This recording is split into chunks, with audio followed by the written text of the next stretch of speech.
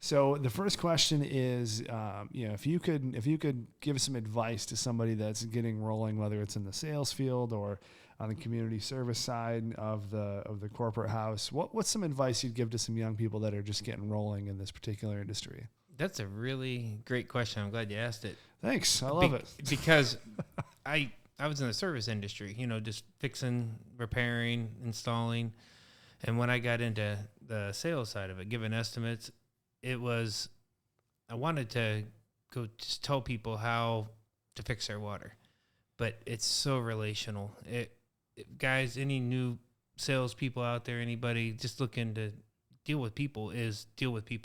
The product is secondhand, but when you get to take care of a person, find out what their needs are, what's their concerns, it's so much more beneficial. I'm not trying to sell anybody anything. It's really, people love to buy, but they want not to be sold. They want to know what's going on with their water, and I get an opportunity to do that. I love coming back after offering equipment, after it's installed, and testing the water and just seeing the improvement of their life, with their hair, dry skin, being able to drink the water, more hydrated people, because a lot of people some people say I don't drink water. I'm like, what else? I mean, there's a lot of things out there to drink, but water is super important.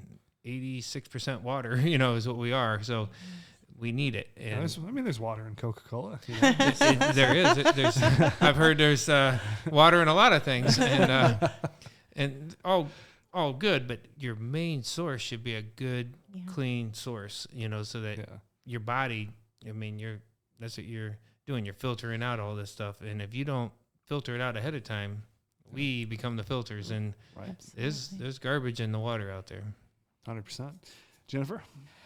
I would say for people that are doing community relations, they automatically have a natural charismatic personality and a love and a lean towards building those type of relationships. And I think if anyone is looking to get into that field, I think it's important for a couple of different things. To get involved in the community. The Brighton Chamber is an amazing group of people who advocate for small businesses, build coalitions and teams, and advocate for their businesses, create visibility and opportunities to serve in the community, which I think is essential.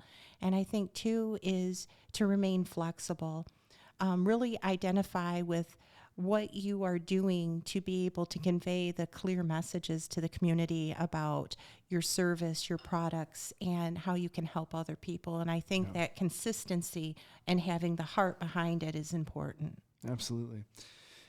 Question number 2 is, so if you could select one of your favorite pieces of technology, which one would you pick? Well, I think if I didn't pick phone for one of them, that I would just be left in the dark, because I think communication, and it's not just a phone anymore. A phone is not only your communicator to the world, but it captures memories with, taking pictures, and then you can take those pictures and transfer them to different social medias. Yeah. So I think that's important. It's a means of communicating, creating visibility, awareness. And then I love music, so I have a variety of different technology for that. So it really doesn't matter what media, but music is always calming to me. So I think those would be essential for me to be able to. Music is uplifting. It changes your mood. It also is engaging, and it creates an kind of like a piece. So those two things, communication and then just kind of the music piece. Very good. That's a good answer. I like that. Phones are very important, obviously. I use it for just about everything I do at work, but I'm not a huge technology fan.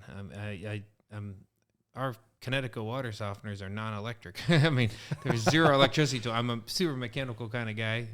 I actually drove my old Ford truck here. I had to pick up some freezers, but it was, I like good movies, though. Like, you go to the movie and you can see the technology of the sound. I love the good, like, the bass and the clear pictures. I love 3D movies, which that might age me, but nobody does 3D movies anymore. Oh, but still 3D movies. I have a 3D projector in my basement, so I get to watch, and nobody else comes down with me. I mean, it's like, I really enjoy that stuff.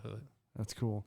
And the last thing is, obviously you guys, work a bunch, you got a lot going on, but what's one thing that you do to unwind? What's a hobby that you have?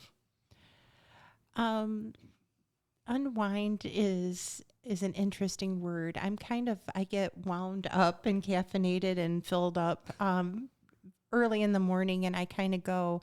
I think the thing that I feel the most gratified with is when I am serving other people, and how I am able to do that is by filling myself up daily with my faith and being able to pour that out into other people. That's what motivates me and drives me, and that I think is a differentiator in how I look at things. So I think in finding opportunities to bless and serve others is something I always strive for.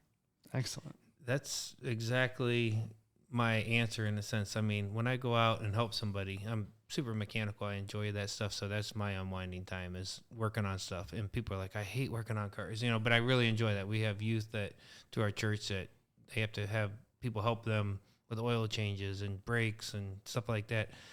It's come super natural to me. So it's really fun for me to have them over, and hey, I don't do all the work. I mean, you have to get under that car and crack loose a oil bolt and get the filter loose, and just teaching them how to do that. But serving, even when people have a need and filling that need, there is no better rush. I mean, not drinking, smoking, it's nothing's better when you get to help somebody that was in need and be able to be that person to help them. That's my fun. That's my unwinding time.